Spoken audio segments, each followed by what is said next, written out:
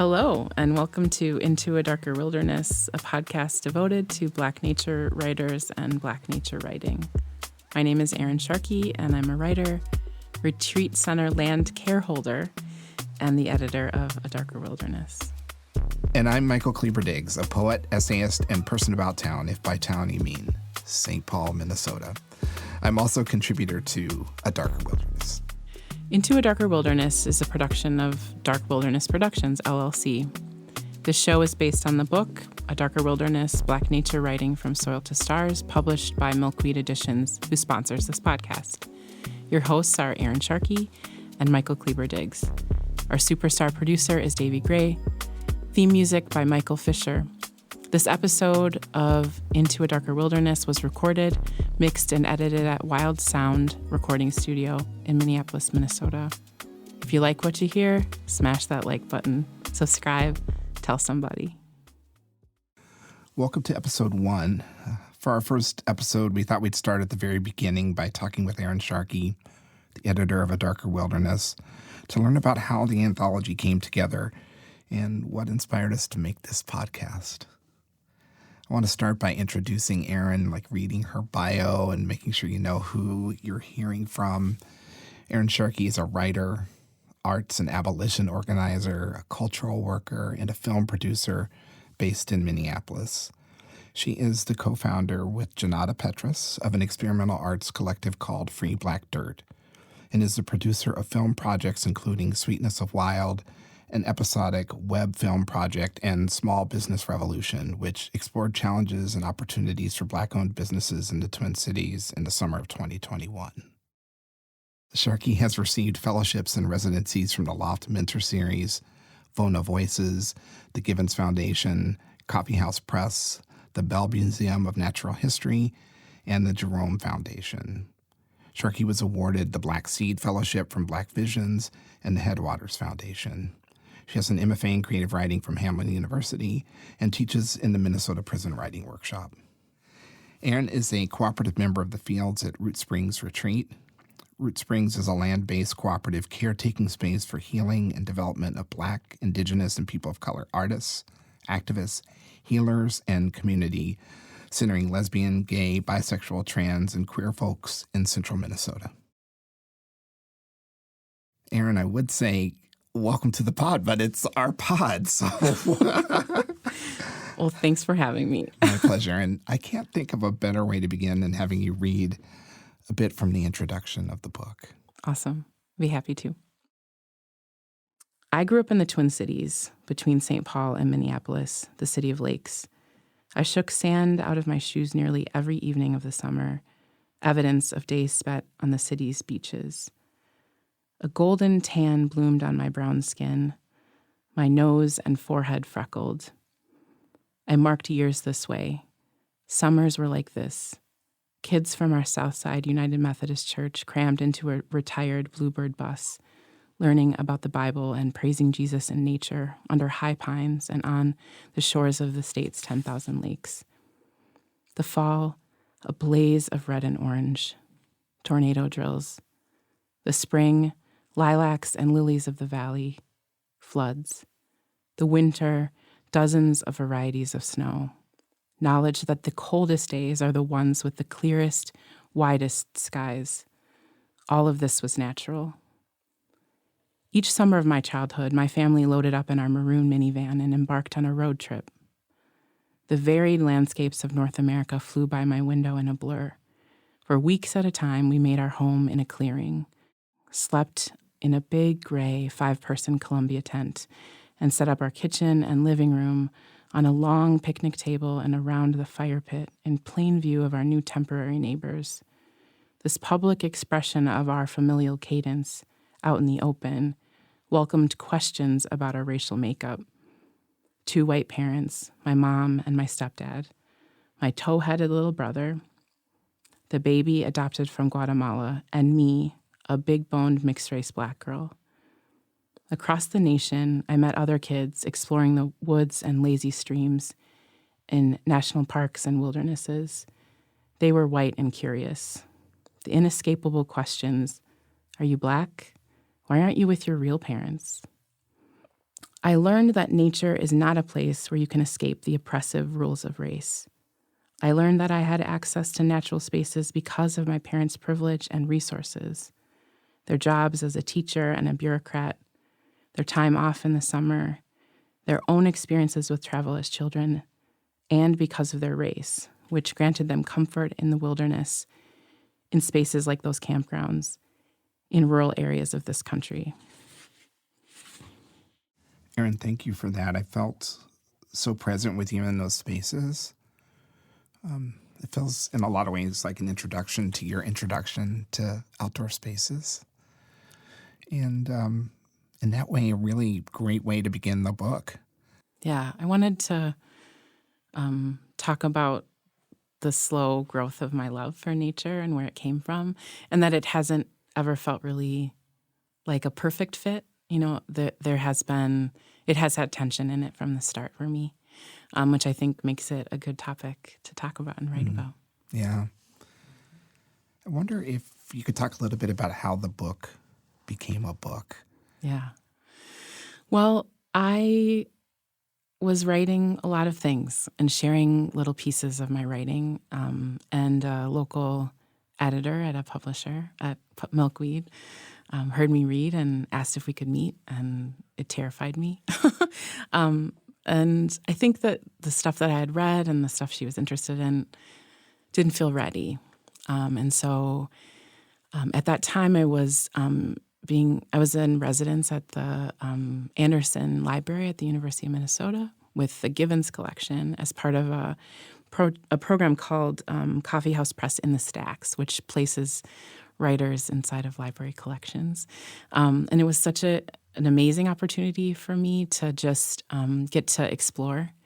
And my curiosities led me in the collection to the presence of nature in people's lives. I started out reading a collection of unpublished ex-slave narratives that were part of a Federal Works Commission project, and in a part of Mississippi that is close to where my dad's family is from.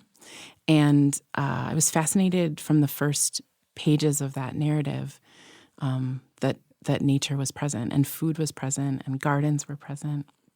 And I started to think about the difference between the garden and the field.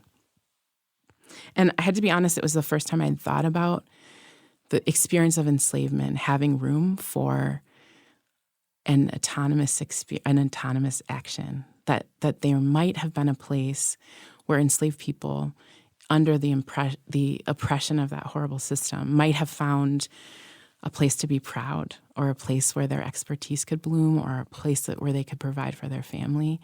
I heard all these messages around feeling like, my aunt made the best terrapin stew. And it just led me into just following the objects into a whole new area of my imagination around enslavement, which had been really just pretty flat to me, about oppression. And so I came back to Joey and I asked her if she'd be open to me making a proposal that incorporated some of the things that I was excited about from the collection. And so I started by writing my essay for the collection, and an attempt at the introduction, just really trying to place Black nature writing into the canon of nature writing in general, which is pretty white and pretty male and pretty tied to the America Project, tied to industrialization, tied to the ways in which we have ordered things. And so that was exciting to sort of think about the ways that Black voices were troubling the sort of definitions of Black nature writing. And then the idea that I could ask my very favorite writers to write with me, to contribute new work to the collection, felt really exciting. And yeah, and there you have it. That's how it did. Yeah. One of the things that makes the book unique is that each essay, well, almost every essay, is accompanied by an archival object. Yeah. Was that also connected to your time in the stacks? Yeah, it was there from the start. I really had been reading a lot of work that was inspiring to me. Natasha Trethway's work. I was reading Saidiya Hartman's work and really thinking about the ways in which archival objects bridge history and allow us an avenue of imagination into the real meaty, fleshy lives of people who experienced it. And so that's the way I courted each of the contributors, is to spend some time in the archive and find some really cool objects and see if I could lure them, if I could court them into saying yes to the project. I think that was part of the key. I don't know if you remember the objects I sent to you, but I was looking, I had a poem in mind that I loved of yours that I thought, ooh, if he could take that one poem and make it 20 pages, this is perfect. And so I sent you a bunch of pictures of kids fishing, carvings of fish, not fishes. I'm an English major. Carvings of fish. Yeah. And you came up with your own idea, which happened with a lot of the essayists. I'm having a hard time not giggling before I ask this next question, but did adding archival objects add like a layer of complication to putting the whole thing together? Well, permissions is a whole new ball of wax I didn't know about. I had a lot of assistant help with that from the press, but yeah, it was exciting that Milkweed from the start agreed to a book that has images in it. I think that many of the contributors wanted multiple pictures in their essays. They wanted to have more than one object, which I'm sympathetic to. I wanted that too. So it's challenging to narrow to one and to find the permission. One, I almost had to buy a plane ticket to go to Germany to get permission, but that didn't have to happen ultimately. Nice. Oh. So you come up with the idea. You think about who you'd like to include as part of the anthology. You reach out to them. You probably get a couple of no's. And then begins the process of interacting with writers as they're shaping their essays, sharing feedback with them on initial drafts. What's the rest of the path to publication like? Yeah. Well, I guess I didn't know that I would have to engage my, the scary reach out to my favorite writers than asking them a hard thing. It's just easy. Terrifying. I don't know why. Easy. I don't know why I thought I have trouble making phone calls. I'm not sure why I thought sending emails to my heroes wouldn't be hard. But it was. I didn't get that many no's. I think folks were excited about the idea, some folks I guessed right, and the nugget of the archival object or the subject matter felt good, and others we felt our way to it. And then it was a series of drafts. This is all also happening in the midst of the pandemic, in the face of the uprising, in the wake of the murder of George Floyd.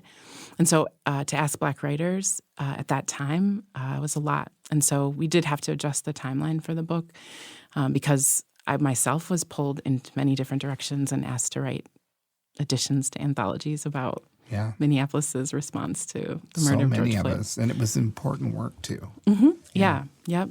And it was hard work. It was work that was taxing, and so I wanted to, move with grace for myself, grace for the contributors. I wanted to leave space for folks to take longer with the process if they needed to do that. Also important. Yeah, and I'm. In addition to asking people, then you have to call and be or email and be like, are you finished yet? Yeah. Do you need more time? Yeah. As we sit here now, the book came out a little over a year ago. Mm-hmm. How does it feel to see this project to fruition? Talk a little bit about some of the conversations that you've had since it's come out. Yeah. Well, I feel kind of lucky that my first book is a shared project with other folks. And so it's really been exciting to be in continued conversation with the contributors.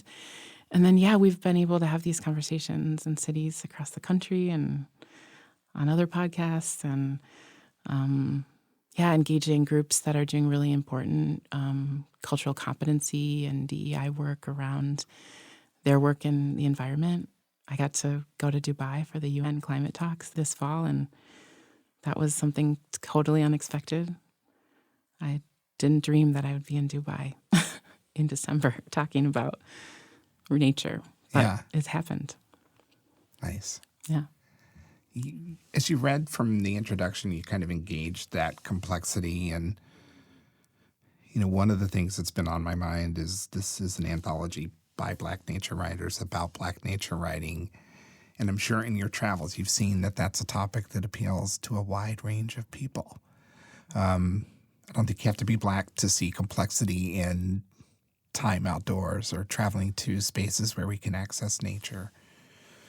And I know for us, this podcast is in part a mission to just kind of keep the conversation going, elevate these voices in the book, but also continue to spend time with that complexity. And have you seen some of that when you've been out and about talking about the book?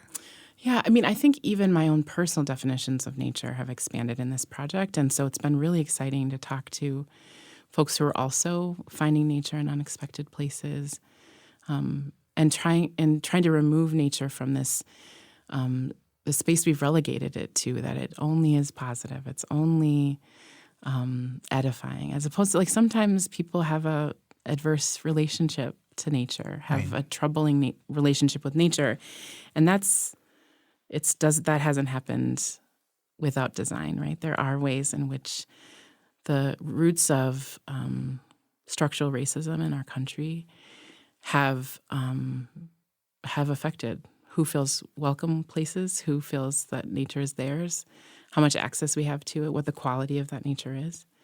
And so, yeah, I hope that it keeps expanding, that we keep having conversations where we can find nature in unexpected spaces. Well, I mean, if we start with the idea that time in nature is magnificent and restorative and healthy and centering. And about personal striving. Like, it's about some achievement that we make as individuals. Right.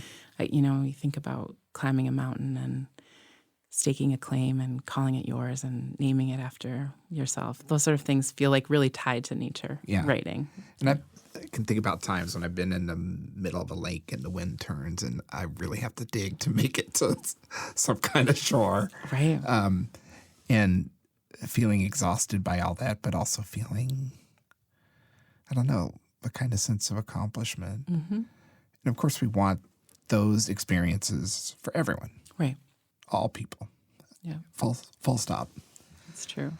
But I think that the collection, I've found that many different audiences have been excited about it. I think the same way that I hope that this podcast isn't just for Black nature writers, folks who identify that way. Many of the contributors that I asked to be part of the collection wouldn't have defined themselves as nature writers. Many of them asked, like, you mean me? And I was like, yeah, you. Like, don't you see nature as this important theme that I can see in your poetry or in the writing that I love of yours? So I think it is a title that we have to sort of take on, and we have to insist that it exists beyond classic definitions. There's a lot behind that, not seeing ourselves in certain descriptions. I'm just going to leave it there. Okay. There's a lot behind that. And I had the same experience myself. Mm-hmm. When my poetry book came out, I kept getting all these asks about nature writing. Like, what are they seeing that I don't see? What are they seeing in me that I don't see? I'm writing about the city. I'm writing about trees in my neighborhood. Yep. And that is nature writing. Yes. Yep. So now we're starting a podcast, which, of course, I'm super excited about. We've had podcast dreams for a long time. I've had podcast dreams for a long time. I'm a middle-aged cishet man. Of course, I am dreaming about a podcast. I thought it was going to be sports, but here we are. And we could talk about sports. We can talk about sports. And I wonder if you could just talk a little bit about the genesis of this idea, what you hope for this podcast. Sure. Well, I'm a regular consumer of podcasts. I think that especially, I've been teaching with Minnesota Prison Writers Workshop for many years at this point, and there is a real loneliness that happens in the long drive home from visiting students inside. And podcasts have been companions to me in helping me, like, bridge that gulf coming home. And so I have many of my own favorites, personalities I love, topics that I love to come back to. And so approaching you to see if you'd be part of this project with me, I really wanted to invite more people into the conversation. I want to allow the contributors to talk about the subject matters further. I want to, expand the conversation beyond the book even. So I'm hoping that we get to that place. Yeah. A thought I had was this is also another opportunity for all of us to be together. Yeah. If you think about the challenges of trying to get all the contributors in one place. And also, even if we could do that and we had a large audience, we wouldn't be able to reach as many people through that as I hope we'll reach through this conversation. And in addition to keeping the book present in the world, engaging with the contributors and hearing more of their ideas, I've also just been super excited about getting everybody together again. Yeah. Yeah. Yeah. And to speak to each other. I got to speak to each of you as you were crafting, but now they live in a book together, and they're in an order that I think works, where they are talking to each other. Yeah. So I'm excited for folks to reflect too on being included with other stories. Right. Yeah. Hey, Erin, when I read your bio, this thing called Root Springs came up a couple times. Yes. Say more. Well, as a board member of the Fields of Root Springs, I hope that you remember what it is. But for the listeners. For the listeners.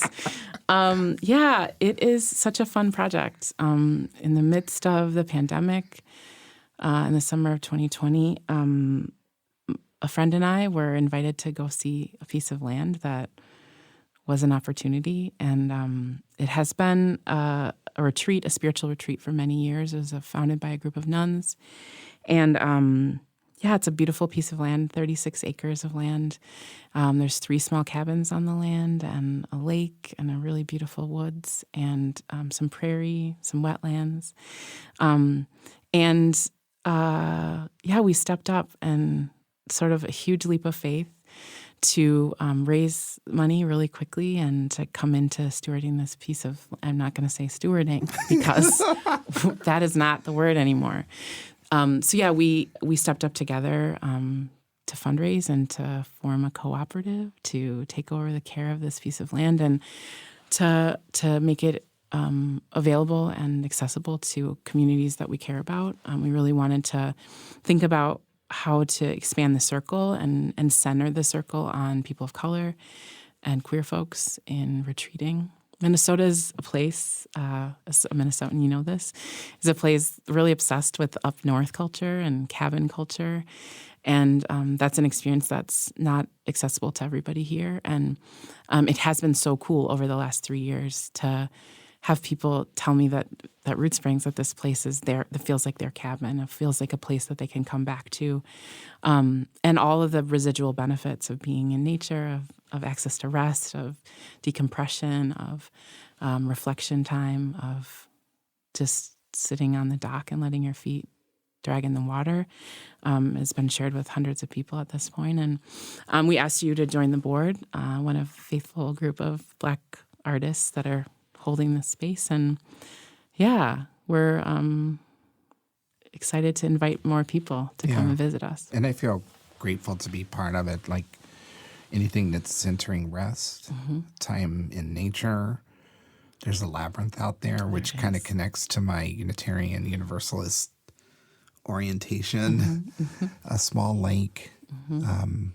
I've been able to go out there a few times and really go further into projects that I've been writing on, and it's a beautiful space. So I love that work for you.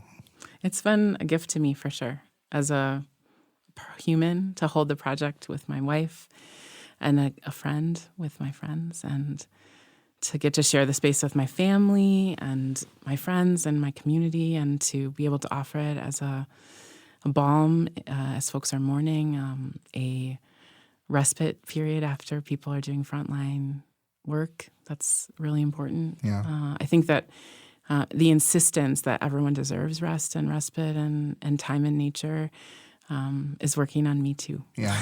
For sure. Yeah, and it feels so vital right now during a time where so many of us are holding so many things. I want to ask you to read from your essay in the book, but before I do that, I just want to note that nature is obviously very present in this project. Nature is present in Root Springs.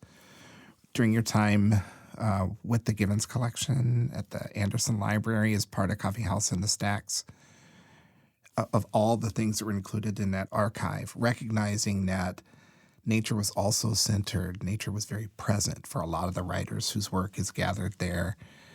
It still strikes me as important that nature was the thing that really stood out to you. I felt something of that in that part of the intro that you shared earlier, but I'm driven to ask what nature means to you. Mm-hmm. Well, thank you for the invitation to reflect on it some more. I think nature to me is about presence and about sensation. It's about noticings and slowing down enough to notice the micro movements of things. And I think that is an important gift to myself in the world and to myself as an artist, as a writer, is to remember that, I can just tune in to what's happening around me, that I can slow down enough to feel how things are teeming around me, that I can find nature in my living room or in my urban backyard, or in this gorgeous place, Root Springs. So I think for me, nature is about being present. What about you? Have you thought about it for yourself? I have. And, I born and raised in Kansas, which is a state with many assets, but natural water is not one of them. And then I moved to Minnesota, and we have so many lakes here. And it was spending time in the Boundary Waters that really first made me realize that I probably was not going to move back to Kansas. I think of myself as a Kansan, and I think of Minnesota as my home. But over the years, from when I was young, and for me it was Boy Scouts mostly, until, as recently as last week when I'm making kind of specific decisions to go into natural spaces, nature has been for me also that kind of centering place. I'm a city mouse, so there's also just the easy natural stuff about that kind of darkness, that kind of air, just the way you feel, your lungs, everything, when you're surrounded by trees and water and darkness and getting away from the cadences of your day-to-day life. It's been a space for me that's primarily just joyful, where I can recreate, but also where I can access a kind of thinking with a kind of depth that's harder to manage in the course of my day-to-day life. I appreciate your bringing lungs into it, because I think for me, it's important to remember for me that nature doesn't always have to be hospitable, and that I'm a kid who grew up with really bad asthma and eczema. I was like wheezing and itching in the world as a kid. And in some ways, I was an indoor kid when we weren't in a campsite somewhere, or I wasn't at camp. And so I wanted to leave room in the book for nature not just to be edifying, but that you could have a contentious relationship with nature, and that's still valuable and important to focus on and think about. And even though, fresh air breathed deeply into my lungs made me sometimes have an asthma attack, it is something that still invites me to be present, to slow down, to notice. Yeah. Can I share how nature is contentious for me without Please. it sounding like one We're competing. Please. That's not what I'm trying to do. I don't know why, but I have a tremendous aversion, like bordering on a phobia, to mud. Yeah, I know that about you. I can barely do it. Like I have, in the course of my time in nature, taken bizarre routes to avoid stepping in mud. Mm-hmm. I have a hard time entering some lakes. It's that thing that I have to kind of push past. I think it's some past life stuff. We don't have enough time in any podcast episode to. Let's wait till your episode Let's to wait unpack for my episode. that. That's probably a good idea. But I think that's part of it too. Like we all have things that we have to navigate. Mm-hmm. I suppose there's some Yule Gibbons types out there who just True. nature's like it, and their contentious space is like a grocery store. Right, but this podcast is not just for those folks. No, it's not just for them. Yeah, you could come really hesitant around your 100%. relationship with nature. You That'd be can fun. bring your contentious Yes, relationship. please. Please. And maybe now's a good time to share a little bit more so you wrote the intro for the book, but you also have an essay in the book. Yeah, I'd love to read some from it. So my essay is entitled An Urban Farmer's Almanac, a 21st Century Reflection on Benjamin Banneker's Almanacs and Other Astronomical Phenomena. It's one of those really long after the colon kind of titles. But in the archive, when I was at Givens, one of the threads that I followed brought me to a series of almanacs, which I wasn't that familiar with before I was in the collection. But Benjamin Banneker is a fascinating character. I encourage everyone to get to know Benjamin Banneker. But the almanac in particular that I'm referring to in the essay is from 1795, and fascinating document. And one thing to know is that almanacs often have something called the best days calendar, which is a sort of astrology for farmers, which is fascinating to me. It's the way the stars tell you if it's a good day to shear your sheep or repay a debt to a neighbor or to plant crops that flower, that sort of thing. And so what I started with for this essay was to try to think about how a best days might feel like for an urban place. I was trying to write about the 10 years that I lived in Buffalo, New York, and worked on an urban farm. And so I started just with a basic calendar around the sort of things that happened predictably on the calendar. So the best days to change your oil on your car, best days to head downtown to do some work. So, and I'll find a good spot to read. July 3rd, best day to declare your independence, to make a fire, to show your colors. The neighborhood starts to smell like sulfur back in June.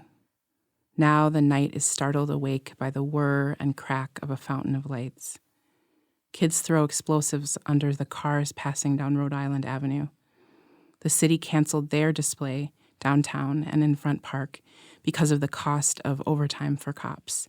So, lights on the next block, a green gash in the darkness, a spray of purple and smoke on the horizon for weeks on end. A Dorito-bagged tumbleweed rolls, end over end. The shiny flag holds tight a wooden stir stick that marks where the blackrum heirloom tomatoes end and the red cherry tomatoes begin. Wrapped around the row marker is a weave. Ratty black hair ripped violently in a tussle. The woman's face vaselined and her earrings handed to a friend. The catalpa tree hurls her long, spear-shaped seed pods towards the warm earth, ambitious and ill-prepared for childbirth. Most of her babies won't live. Sure, there are squirrels and aphids and mites and lacewings, and one summer there were days of bloated rat bodies escaped from a meal of green foam poison to die belly up in the sun. But the 8-year-old boys who come wielding sticks, imagining, like boys do, other lands and other times, their feet trampling rows of beans, are the worst, because you can't blame them. The city park that sits across the street is not for them. The park is broken glass and condoms. It's not a place to imagine someplace else. Some believe Banneker was descended from the Dogon people, who knew of Saturn's rings, had counted moons, and had identified the Sirius and Digiterra and sorghum stars, that perhaps his kin had survived the horrors of the belly of the ship from the land the Portuguese called Costa de Pimenta, or the Pepper Coast. That his name is derived from Banca for his grandfather, or from Banca, the place in West Africa that would later be called Liberia for its promise of freedom for America's formerly enslaved.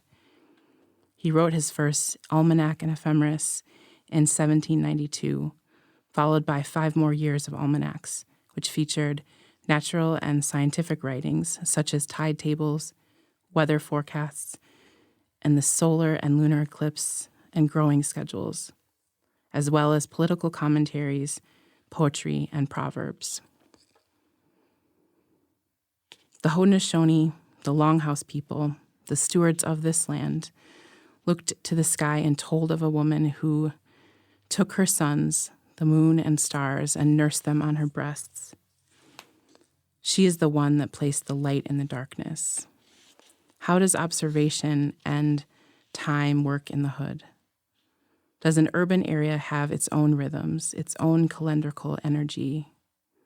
Measure the time between the Puerto Rican Day Festival, this neighborhood's own red, white, and blue, the teens clamoring over each other, climbing the grease pole, the race to the top, to the sausage, and the day snowflakes tumble after gathering in nimbostratus clouds over the lake, blanketing the city in a quiet stillness. You can't see stars from the urban farm. The moon shrinks and grows over the weeks, from a fingernail clipping to gone, a yawning darkness, a timid brightness, a plump growing orb, only to yo-yo again. Can you see the future in a starless sky? Erin, thank you for that. So first of all, about Benjamin Banneker, who I'm kind of a watch enthusiast. Yeah. But Benjamin Banneker was also a name that I heard a lot growing up. Yeah, but he's kind of on the DL. There's a lot of folks who've never heard of him. And I think part of that is because a lot of his papers, a lot of his archive was lost in a fire shortly after his death. And so he's not as collected as other folks in history. There's also a lot of contention around whether or not he should get the credit for things he should get the credit for. Typical. So there's rumors that he was responsible for the design of Washington, D.C. He worked with the Ellicott family, which is famous surveyors and city planners. And some folks say he actually had the expertise, and he was responsible for that design. And the design of D.C. is very similar to the design of Buffalo, New York, which is also designed by the Ellicotts, possibly with the help of Benjamin Banneker. And so that was part of what led me to connect the idea of Buffalo and my time there with Benjamin Banneker. But he's someone worth studying. You should get into it because this year, back in the 1790s, he identified the 17-year and the 14-year cicada, which we are in this incredible season where we're going to have all those cicadas, billions of cicadas will be buzzing and electrifying the summer. And that part of the reason we know about them is because of Benjamin Banneker. He was a watchmaker, or a clock maker, as you alluded. Also really politically engaged. He was a freeman in the 1700s, which is unique in its own way. So, yeah. I also love in that essay how Buffalo is firmly established as a natural place, and part of that's the urban garden. But part of that is the fact that if humans are part of nature, the spaces in which we live are also natural places. And I don't mean to erase nature writing by saying that, but there's a real value in thinking about cities as natural spaces. You do that. Other essay writers in this anthology do as well. But well, part of it is where Buffalo's nestled, right, right up on the coast of Lake Erie. And it is subjected to this battery of snow every year. The reason people talk about it is because it is covered in feet of snow because of the effect of the lake. It also was one of the first cities to be electrified. It had, at a time, more billionaires than New York City. It was a city with a lot of development and beauty during the Victorian period and through to the early 1900s. And then it's really also a place that's defined by industry, right? The steel industry built up all around that area. There's steel mills everywhere and closed ones now because that industry abandoned the city in the 60s and 70s and 80s.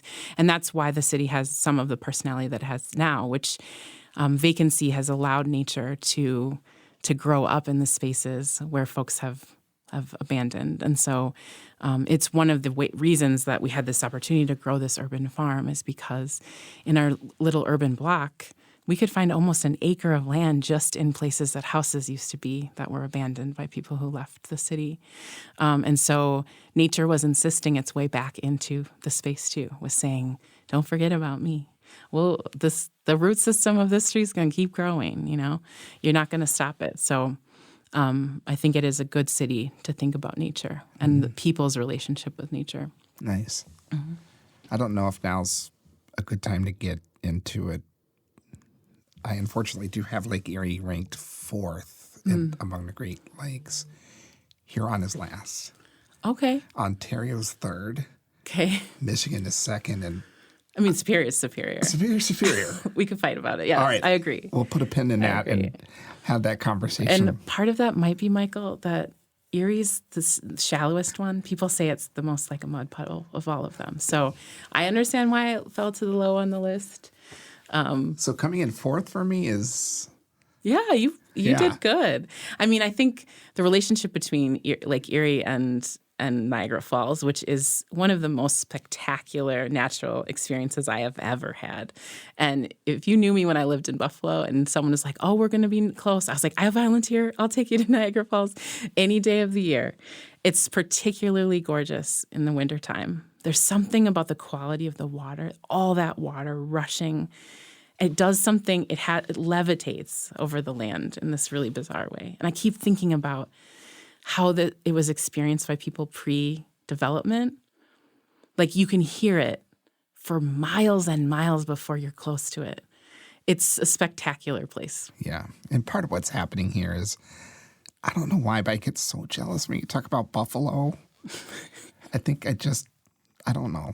I love that you love Buffalo. I do. It's just something I need to work on. Well, you should visit it more because you'll fall in love with it too. Let's go together. We will. We'll go together. Super incredible location for Black history too. That's right. So I'll take you to the Colored Musicians Club. We'll go look at the sites of the Underground Railroad, the ways that folks made their way to freedom. Yeah. Is there a food dish that Buffalo's... The number of people that seemed surprised that buffalo chicken wings are from Buffalo, like the number of times that I say, well, they invented chicken wings, and they're like, I've never thought of that connection before, is baffling to Not me. named after the animal. Just FYI. Buffalo animals do not have little chicken wings on them. A lot bigger. Hey, one of the things that we want to do with the podcast, like one of the things that as we've been thinking about this is we want to connect to book clubs. Mm-hmm. We want to connect to classrooms. Yes. As part of keeping the conversation going, we hope each episode will provide opportunities for people to engage with essays in the anthology, but also with topics that are being elevated by the writers who are part of the podcast. And we have a lot of kind of exciting elements that we want to add, like nature sounds and, maybe even a little guess where I am component to that. But one of the things that we wanted to do is add a life prompt for thinking and writing and doing. And as we close this episode out, I wonder if you have a life prompt for thinking, writing, and doing that you'd like to share. Sure. I love this prompt that we came up with because I think, you don't just need to use this for a writing prompt. It could really just be about something that you meditate on over a few days or put a practice into place in your life. So I was thinking that maybe a good prompt would be to journal about nature every day for a week, to reflect on it at different times and locations, to see if you can hunt it out and find it in surprising ways. Can you find nature in your living room? Can you find nature in your car? I would challenge you to find it. Can you use your senses to locate it? I was also thinking you might want to think about your own archive. Like, what would you collect that would illustrate the important eras of your life? What would your 20s archive look like? What would the archive of the summer that you backpacked through Europe, or what would the archive of your time as a first-year teacher look like? What are the important pieces of ephemera, the little objects that could illustrate those things? What have you not collected that you wish you had collected? What are the ones that the objects that just you can just remember? And how can you create evidence of that remembering in your own archive? Oh, I love that. We'll post that prompt on our social media as well, so you can find it there and spend more time reflecting on it. Erin, this has been great. I'm so excited for the episodes to follow. Yeah, I hope we can keep doing this. Can we keep talking about it? I know. So thanks so much for sharing both how the book became a book, reading a bit from the intro and about your own personal connection to nature, and sharing that bit about Benjamin Banneker and Buffalo. That was great. Thanks so much for your careful hosting and your good questions. I look forward to co-hosting. Me too.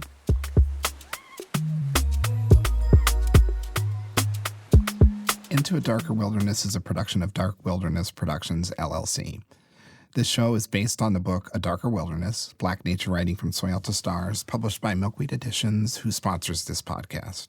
Your hosts are Erin Sharkey and Michael Kleber-Diggs. Our superstar producer is Davey Gray. Theme music by Michael Fisher. This episode of Into a Darker Wilderness was recorded, mixed, and edited at Wild Sound Recording Studio in Minneapolis, Minnesota.